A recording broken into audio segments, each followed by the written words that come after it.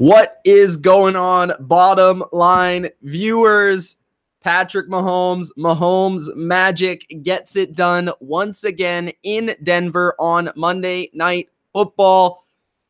The Kansas City Chiefs take it over their AFC West rival, the Denver Broncos, 27-23, in an awesome through and through Monday Night Football game. This was a really well-played game on both sides. Both of these teams played great football, offensively, defensively, exciting, and just a matchup that I think we learned a lot more about both of these teams. I think both of these teams tonight showed their capability.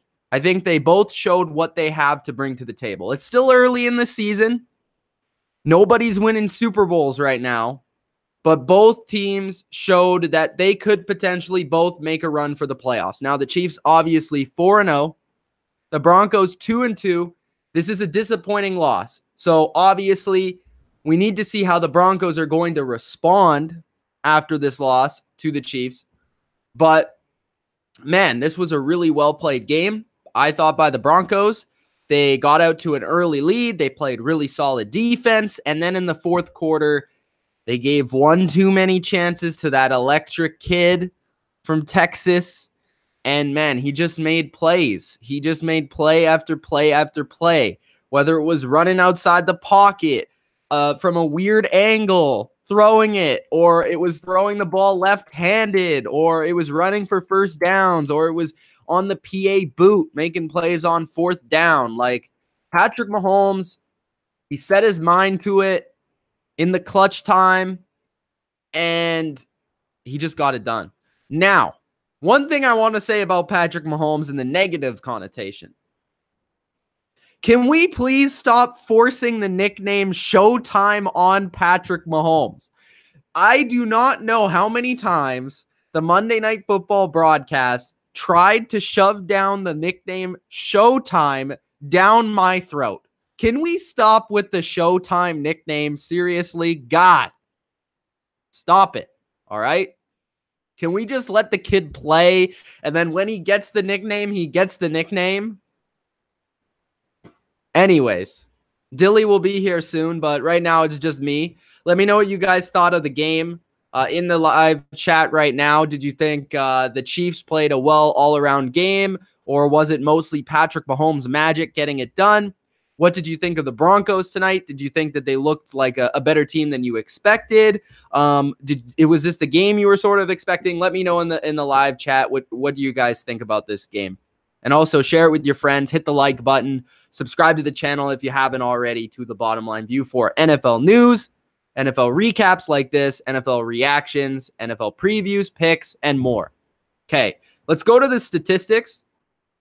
The quarterbacks. Patrick Mahomes, 28 for 45, 300 yards, 304 yards to be exact, and one touchdown. Was only sacked one time against this Broncos front.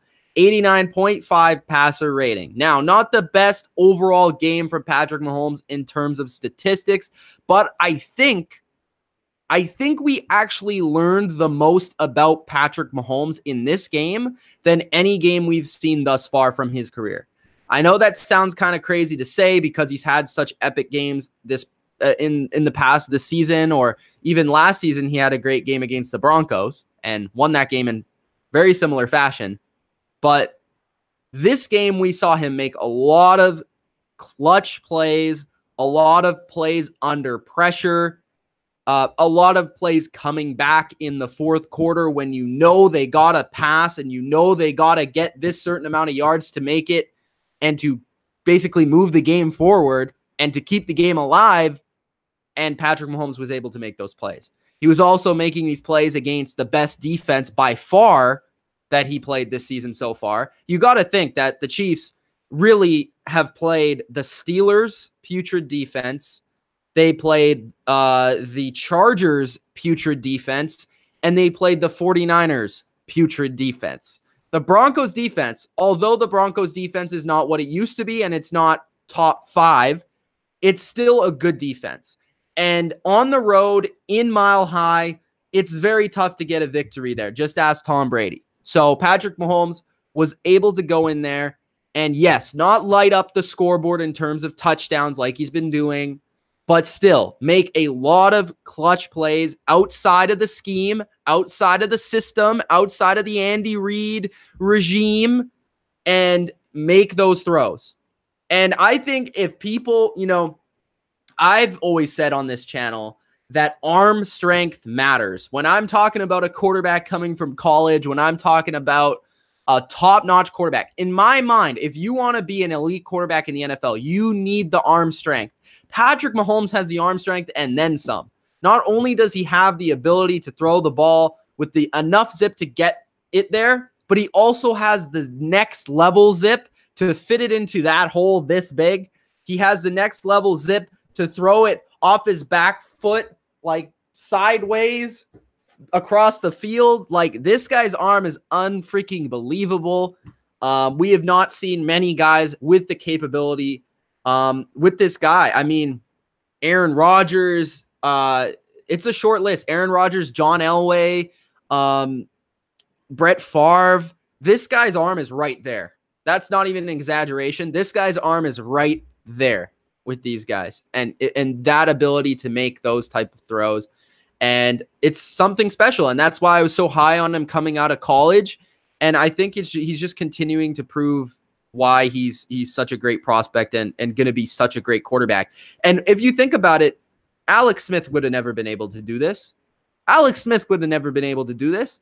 Sure, he might have been able to come back and make this game competitive, but to make some of the plays, like the left-handed throw, are you freaking kidding me? Alex Smith wasn't going to make that play, and I'm not trying to hate on Alex Smith. He's had an awesome season for the Redskins so far, and he's a good quarterback. But Patrick Mahomes simply makes plays that Alex Smith can't make. And that is why they moved on from Alex Smith, and they kept Patrick Mahomes. Case Keenum, 21 for 33, 245 yards, 1 interception. Sacked 4 times, 73.4 rating. I would say he was Case Keenum today. He was inconsistent. He made a lot of ballsy throws, a lot of nice throws, a lot of nice plays, but he also made a couple of mistakes. He also made a couple of missed throws. So, I mean, he was Case Keenum. He was up and down. He's going to make some plays for you. He's going to put you in position to win a game, but he'll also not be able to make some of the plays just because of limitation. And that's just Case Keenum. I do root for Case Keenum. I find every game I watch, I hate the Broncos. I'm a Patriots fan. I hate the Broncos. But when I watch the Broncos now, I cheer for them because I like Case Keenum. I like the dude. And the guy goes out there and he freaking puts his balls on the line. The guy is a ballsy quarterback, and I like watching him play. I like watching both these quarterbacks play. Even though I know Case Keenum's not an elite quarterback, he's fun to watch. These running backs, Kareem Hunt, 19 carries, 121 yards, 1 touchdown, by far his best game this year. He showed a lot of power, burst, great blocking up front. He had a long of 45 with a really nice run where he's able to break a tackle, make a guy miss, go up the left sideline. Had another nice touchdown. And overall, I think this was probably the difference in the Chiefs winning this game. Their ability to actually run the ball in this game compared to the last couple of games, I think put them over the top in terms of being able to, stay in this game and get it going, because Patrick Mahomes was really not struggling, but they were struggling to getting anything going down the field in their passing game. They were very horizontal. A lot of it was screens. A lot of it was just underneath stuff to Tyreek Hill, a lot of gadget stuff. And they were really struggling to get the ball down the field in their passing game. And you got to credit the Broncos secondary and defense for that. But the run game was keeping them in this game and keeping the game close. And then ultimately Patrick Mahomes was able to win it. For the Broncos, their run game was great as well. As I've stated over the past couple of weeks, I'm a huge fan now of Phillip Lindsey. The guy has incredible speed and burst. It's amazing that this guy did not get drafted, because usually a guy with this amount of pure speed, man, he's electric, and he's tough to stop and tough to bring down because of that speed and agility in open space. And he was awesome today. Royce Freeman was also great, and I like the compliment that they both have. Freeman has good agility side to side and great power. And then you get to Lindsey, who just has that, hits the hole like boom. So they both got touchdowns today. Royce Freeman, 8.4 yards per carry. You got to figure why the Broncos not run the ball more later in this game. You got to figure that. They only ran the ball 22 times in this game, and they had a lead in the fourth quarter. So that's something that I think Vance Joseph's going to be wondering about. Receiving, Travis Kelce, 7 catches, 78 yards, and a touchdown. Demetrius Harris, 2 catches, 59 yards, with one huge one at the end of the game. Kareem Hunt, 3 catches, 54 yards. Tyreek Hill, very quiet in this game. Usually Tyreek Hill, known for his big plays, 9 catches, 54 yards. Broncos. Hewerman,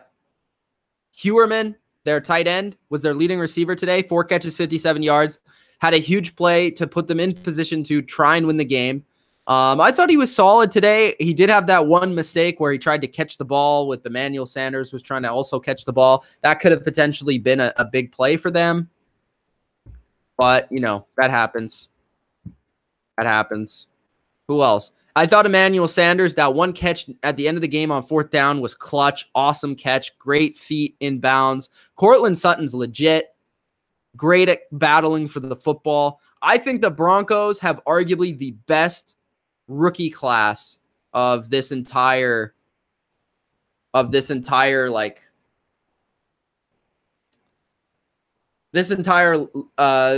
draft class, like this entire draft. I feel like the Broncos have arguably the best so far. They got Lindsey, they got Freeman, they got Sutton, they also got Washington, who doesn't play a lot for the Broncos, but I like him, and they got Bradley Chubb. This is an impressive rookie class for the Broncos, and this is actually going to be, I think, big going forward. If they can find that franchise QB, I really feel like Keenum is sort of he's a guy you can win with, but he's not a guy that is necessarily going to carry a team or anything like that. If they can find a franchise QB and they have these running backs and these receivers, they could be a dangerous team. You only got so many years left of Von Miller. I probably like 5 years left on him. So you need to find that quarterback quickly. But I really like this rookie class, and John Elway did a good job there. Dylan just informed me that he's not going to be able to make it. So, oh well. Sorry, Dilly Vanilli. Sorry to the fans out there. But defensively, Todd Davis, 1 sack for the Broncos, 7 tackles. Chris Harris played a pretty solid game on Tyreek Hill, still proving he's an elite option at corner. Who else? Adam Jones still looks like he can play football out there. Bradley Roby had a pass deflection and 3 tackles. Shelby Harris had a tackle for loss. Derek Wolfe had 2 quarterback hits. Bradley Chubb had 2 quarterback hits. Von Miller had a tackle for loss and 2 quarterback hits. Surprisingly quiet. Not a sack in this game. Did make a couple of plays, but you got to credit Mitchell Schwartz for playing really, really, really well. And he's one of the better right tackles in the NFL. So good on him. Kendall Fuller had a rough night. Could have got the game-ending interception. Got 7 tackles on the day. He's a good corner. Had a tough game. Eric Murray got that crazy interception. That was impressive. I'll give him that. But this secondary still sucks. And that's the biggest concern if you're a Chiefs fan. This defense is bad, really bad. And you played a Broncos offense that's mediocre, and they pretty well shredded you guys. They pretty well shredded you guys. The passing game wasn't super impressive, but if you can run for well over 6 yards a carry, that's going to lose you games when you're counting on your offense to control the clock and maintain possession. Dee Ford did look better and has looked better so far this year with the sack and looked like he had a little bit more speed to him. Justin Houston looked pretty good at sack. They had pressure in key moments, which was good. But I mean, the secondary misassignments, like guys out of place, like just letting guys open, like wide open. A good passing team is going to take advantage of that. So, I mean, we've already seen this year that every team they've played they've given up points to. It's just a matter of when are they going to play a game where their offense can't maintain their scoring pace, which may never happen, but it almost happened tonight against the Broncos team. Not sure if the Broncos are an elite option in the AFC. They're probably like a mediocre team. But, I mean, I thought both teams played good football today, and I think you're happy if you're a Chiefs fan. I think you're not. I wouldn't say you're angry if you're a Broncos fan. You're obviously disappointed in the outcome and the way the game ended. But I think you're looking at this like, hey, the Chiefs were like the best team in the AFC coming into this game.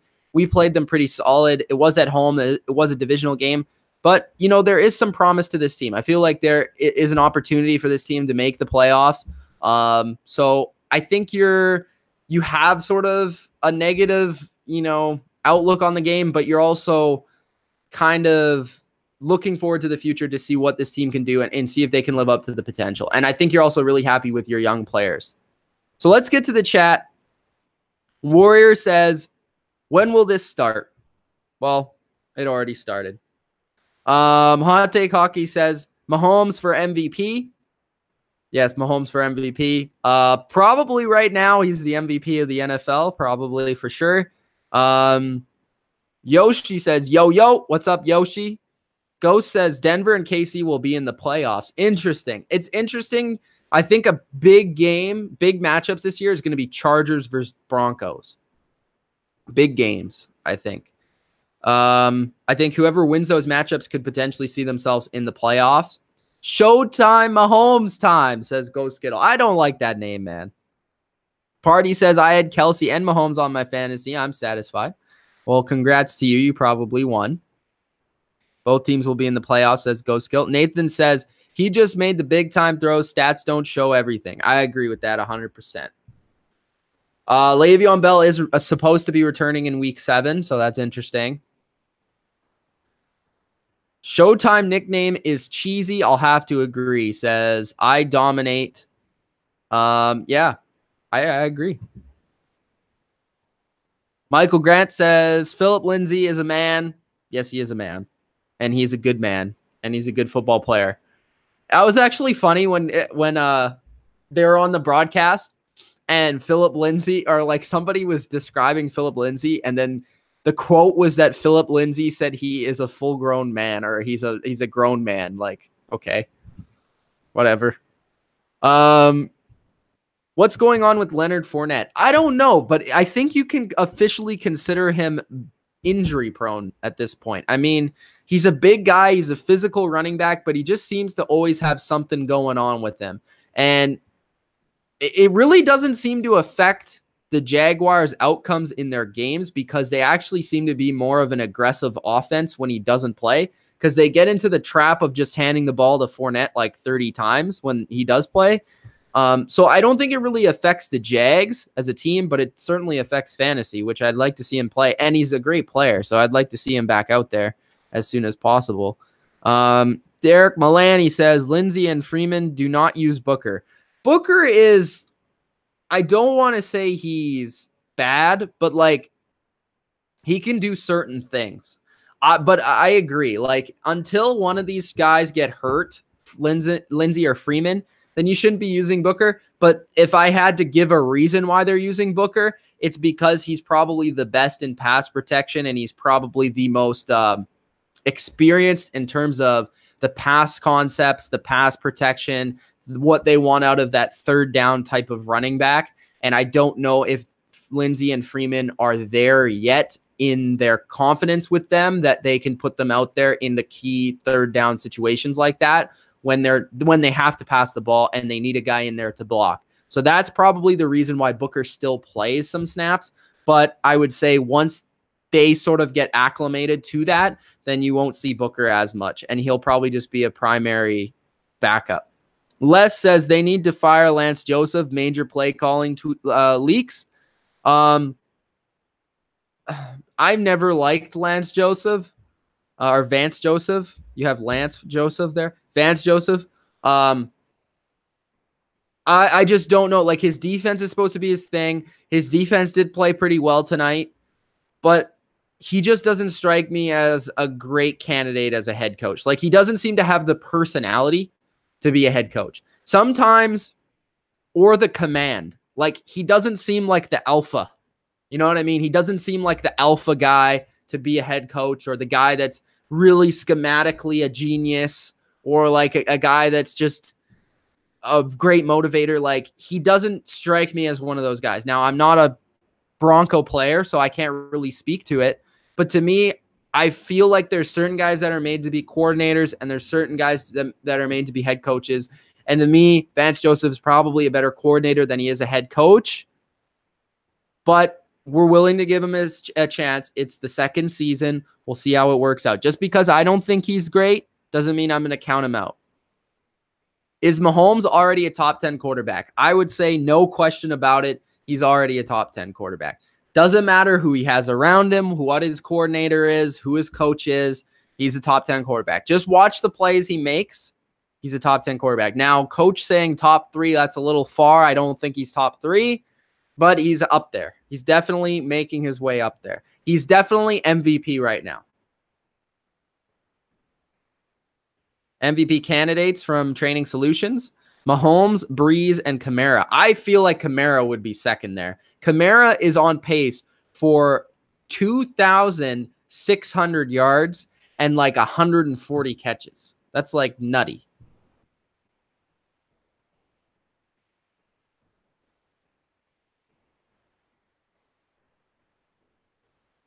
I don't trust the Chiefs in the playoffs either, and mostly because of their defense. Jared Goff will probably be in the discussion for MVP, but that, again, if you compare what Mahomes does to what Goff does, can you really say that's comparable? Like, just the type of plays that each guy makes. I understand that Goff has great stats and Goff is doing really well and his team's 4-0. But if you actually just watch the games, don't look at the stats, tell me which guy has been better so far. Watch the throws, watch the ability to escape of the pocket. Tell me who's better. I mean, I'm not hating on Goff. He's had a great year. I'm just saying.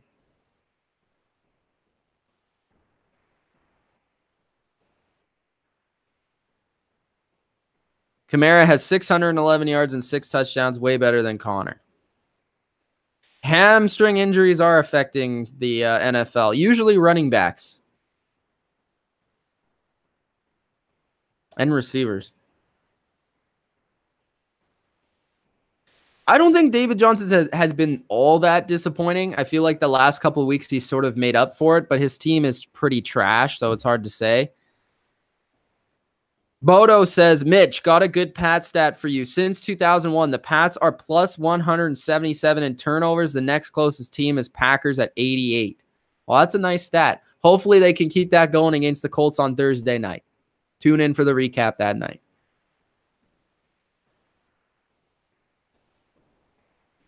Stop with the Kelsey's better than Gronk shit. This is not even close, okay? Gronk is like the GOAT, and tell me when Kelsey can block the way Gronk does. Or take on 3 people at once. Punt coverage. Pesky says, the Mahomes comeback, though. Doubters go shut it down, but it was close. Got shut down, but it was close. Yeah, Mahomes was awesome. Mahomes was awesome in the fourth quarter.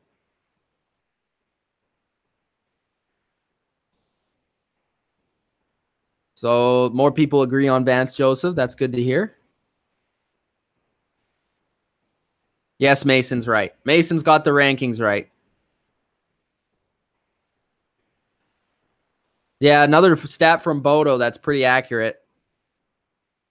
Vance Joseph is the least talked about head coach, again, because he has probably the least amount of charisma out of any coach. Like, is there a coach that has less charisma than even like even the dickhead coaches like Belichick like have good charisma? And if you're really bad, then you're also talked about a lot. So like, you're rather really good and you're talked about a lot, or really bad and you're talked about a lot, or you're Vance Joseph where you're not really good, you're not really terrible, but you're not even okay, but like you're just you don't have anything to talk about.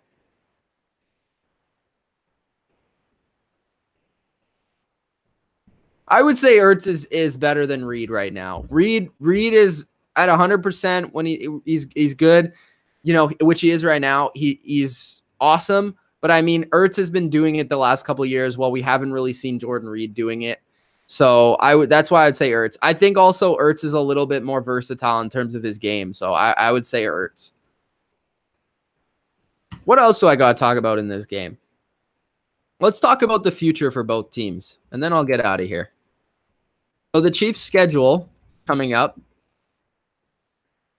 4-0 Chiefs, which, by the way, guys, I'm going to have power rankings out sometime this week. My first power rankings. I usually try and do a power rankings every 4 weeks. So this will be the first one. We'll have one at halfway point. We'll have one in week 12 and then one near the end of the season. They play the Jaguars next week at home. That's going to be a really tough game, and that's when you're really going to see how good this offense is, because that's a good defense. And then, so they play the two best teams. Like, the Chiefs play the two best teams in the AFC that are not named the Chiefs. So they play the Jaguars, and then they go to New England, and they play New England in week 6, which I think is going to be an amazing game. I'm really looking forward to that game. That's like one of my most look forward games this entire year for the rest of the year. That's going to be a huge game. So both of those games for the Chiefs, you're really going to see what the Chiefs are made of these next 2 weeks. I would say if you're a Chiefs fan, you would like to go 1-1 there. If you can go 2-0, you're really happy. But I mean, if you could split there 1-1, you'd probably be pretty happy overall. And for both the other teams, Jaguars and Patriots, I think you're just looking at the matchup in terms of the playoffs and seeing what you can get out of that as well.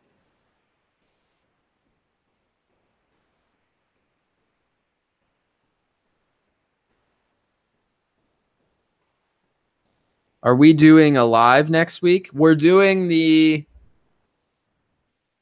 Chiefs and Jags live stream on Sunday, and we're doing the Vikings and Eagles. So it's back to back, I believe. So we're doing Jags and Chiefs, then we'll get off, then we'll do Eagles and Vikings. Chiefs and Patriots might also be a live stream on week 6. As for the Broncos,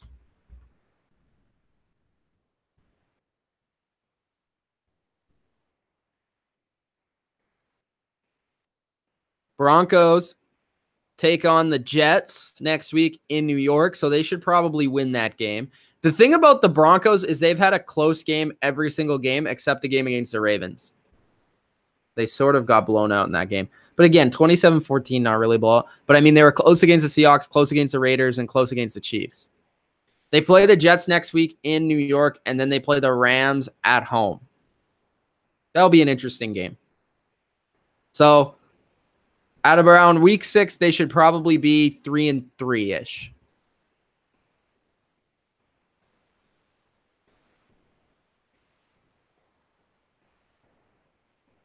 All right, let's read the rest of these comments. Get your questions in and the rest of your comments in before I go.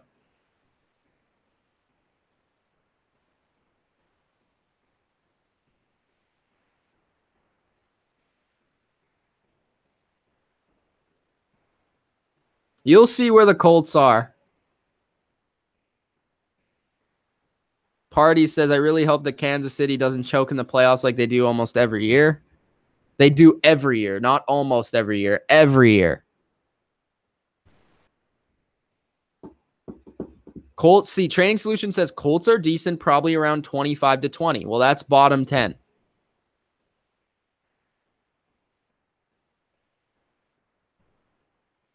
Can't cover Gronk, can't triple Gronk anymore now that Edelman and Gordon are in the midst. Pat's offense will be tough again. I agree with that. And they were already tough. They were tough or was it yesterday? Yeah, tough yesterday. Even with just Gordon taking away some coverage and the change in scheme and a little bit improved running game, they were already tough. With Edelman, man, people don't realize how big of a deal Edelman and that slot receiver position is to the Patriots offense. You're going to realize. You're going to see it. Training Solution says right now they have potential. I think their D-line, Marcus Hunt, is great. Marcus Hunt has been awesome. Pesky says, what can New England learn from these Kansas City performances? But Mahomes, though, feel a bit sick already. I think they can learn that if you have a good offense, that you can really dominate time of possession against the Chiefs. And if you can dominate time of possession against the Chiefs, you have a chance to win. But if your offense isn't consistently moving the ball, you have no chance to beat the Chiefs. The Chiefs are going to score points. They're at least going to score 20-ish points. They're going to score at least 24 a game. Let's just be on the safe side. Probably more than that. Okay, they're probably going to score around 28 a game. So you need to control the clock, keep them off the field the best you can. So that starts with a run game and just a short passing game and going down the field. Another thing they could learn, I feel, is just limiting the big play and forcing them to beat you in the red zone, because the Chiefs are all about speed.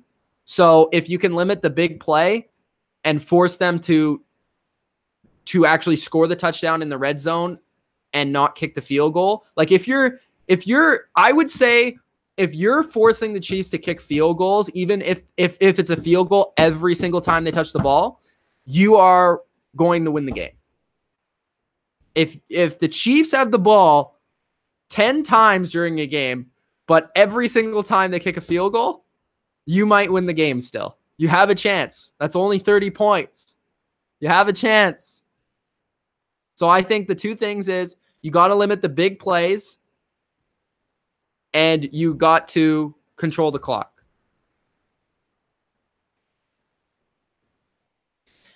Something that Michael Lombardi says that Bill Belichick apparently used to say to him was always, the great coaches, what they do is before they even start their game plan is they start with, okay, how do we not lose this game before we start to try and win it?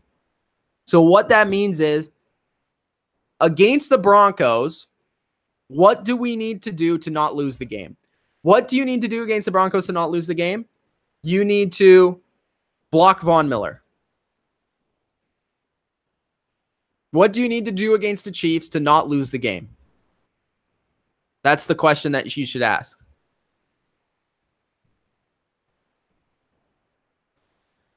Okay, let's answer a couple more questions. Mason says, do you think Trubisky could become a top 10 quarterback eventually? He has the skill set to do so. So right there, that's a positive. Because there are some quarterbacks that will be average quarterbacks their entire career, around 16th, 17th best in the NFL, but they don't have the skill set to be an elite quarterback. For example, Alex Smith does not have the skill set to be an elite quarterback, but he'll always be around that 16, even better range, maybe even as close as 11th best. But I'll never put him in that elite range because he doesn't have the skill set to do so. If Trubisky can put it all together and reach his max potential, certainly he can be a top 10 quarterback. Gabe says, why do you think, or who do you think will win the Super Bowl? Before the year, I picked the Saints, which I'm not so confident in right now. They are 3-1. So at least there's that. But right now, I think you have to say the favorite is the Rams. But again, the team that's the Super Bowl champion on October 1st or 2nd is probably not going to be the Super Bowl champion on February, whatever the day is. Who's your dark horse team in the NFC and AFC?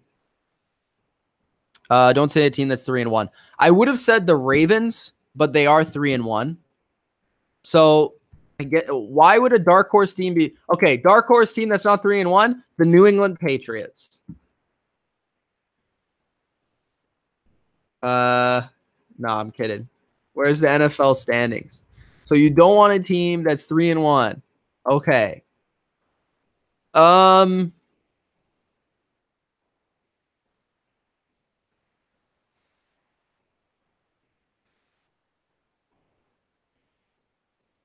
throw two out for the NFC. I think the Eagles are one of the teams that would have a chance to beat the Rams. If everything went right, I know they're not playing their best football right now, but if they play their best football, they have a chance to beat the Rams. And also the other one would be the Carolina Panthers. In the AFC, if the Patriots don't count, every good team is at least 3-1. So the team I would say that's a good dark horse would probably be the Chargers, because once they get Joey Bosa back, if they fix their defense a little bit, their offense is playing at such a clip that I feel like they could give some playoff teams like the Patriots or Chiefs a run for their money. But overall, I think the team that more people need to be talking about is the Baltimore Ravens. And in the NFC, I think more people need to be talking about the Bears. I think both of those teams are legitimate contenders.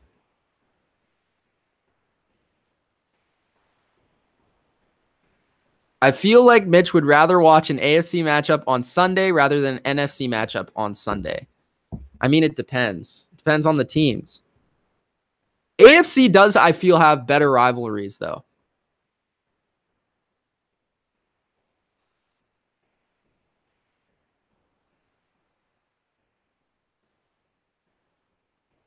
Party says Breeze, Wentz, Brady, Rodgers, Luck, Watson, and Mahomes are the top quarterbacks in the NFL so far in any order. Patrick Mahomes, I do believe, is better than Alex Smith.